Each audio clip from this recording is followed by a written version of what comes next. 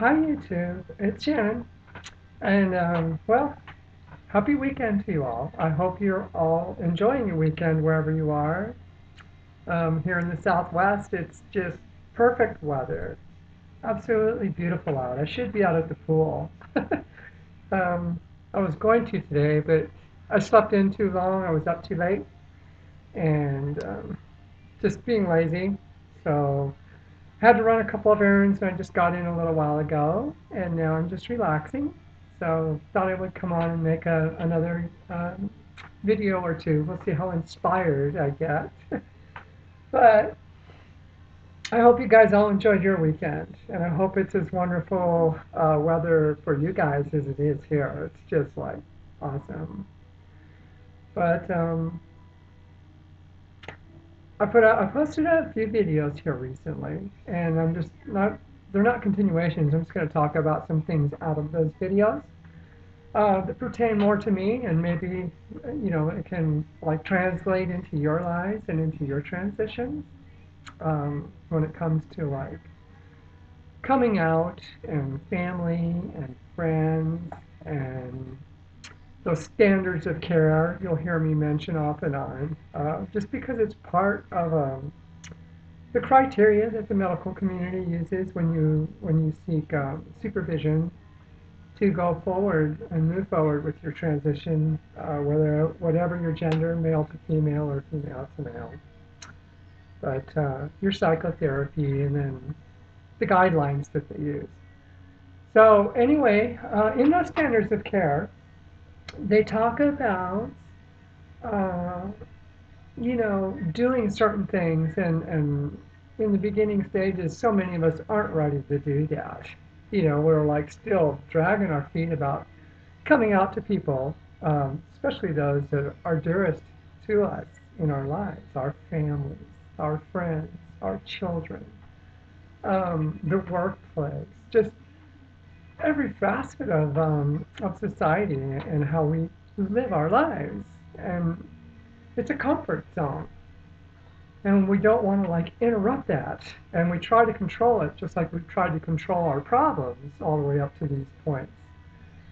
So I want to emphasize how important it is to try to adhere to those standards of care and the guidelines about coming out and informing your parents or your family and friends and all those people. I didn't do it. I'm guilty, as many of you are, and what are they going to do?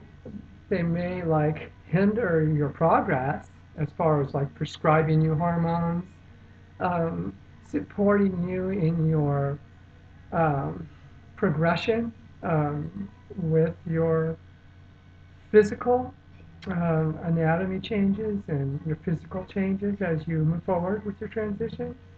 So I think when they see those that are adhering to the guidelines closer, they give them, of course, the right support because you're following the guidelines. And what that says to them is you are transgendered and you are comfortable with this identity, and well, you're trying to become comfortable with this identity you have, and live it and be it, and uh, live full time as a girl. And until you adhere to a lot of those guidelines, they really feel you are not living full time. So you can't call yourself full time.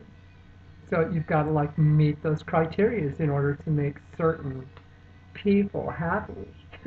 Doesn't mean you're not happy, but we bend and flex those guidelines and curtail them to our comfort level.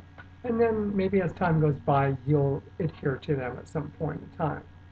And which was the case for me.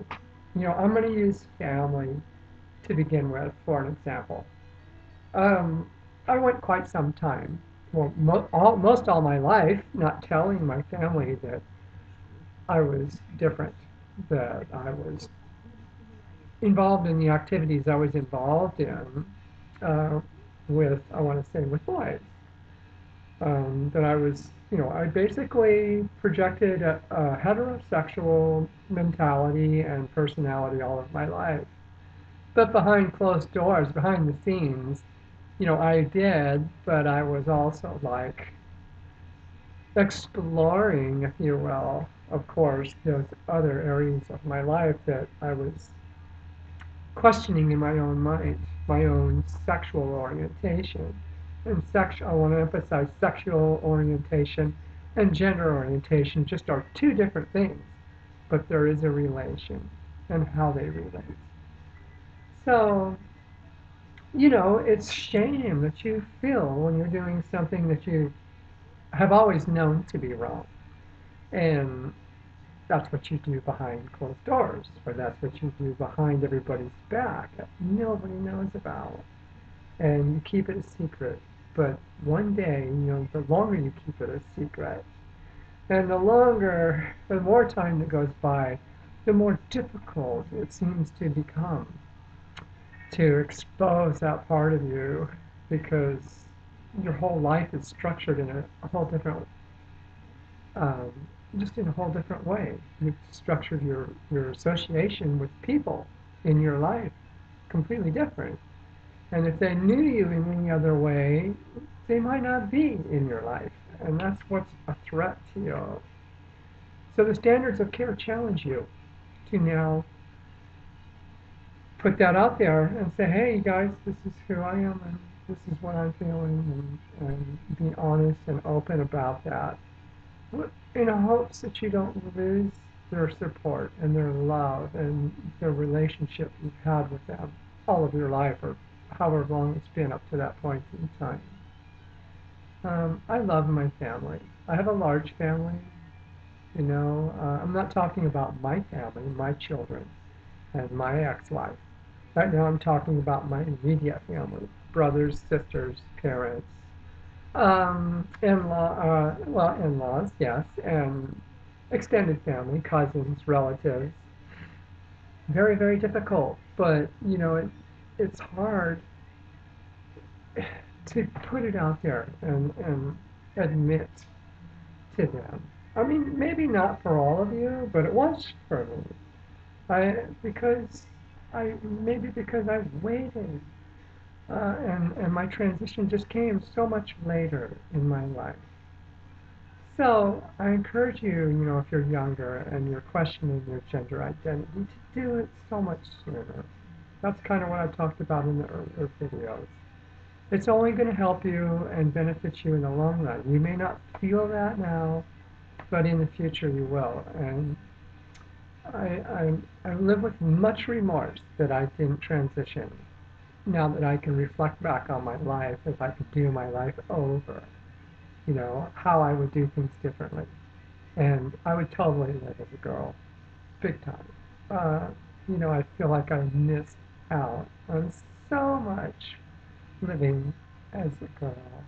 It's I I try not to dwell on it too much, but I can't help it. I do it all the time because I want to be young and beautiful, and I want some people to love me, and I want to have fun. As girls, I see girls having fun. So anyway, I'm gonna end this video because it's getting too long, and continue it. Okay? So hope you listen to the rest of my babble. Love you guys. See you in the next video. Bye.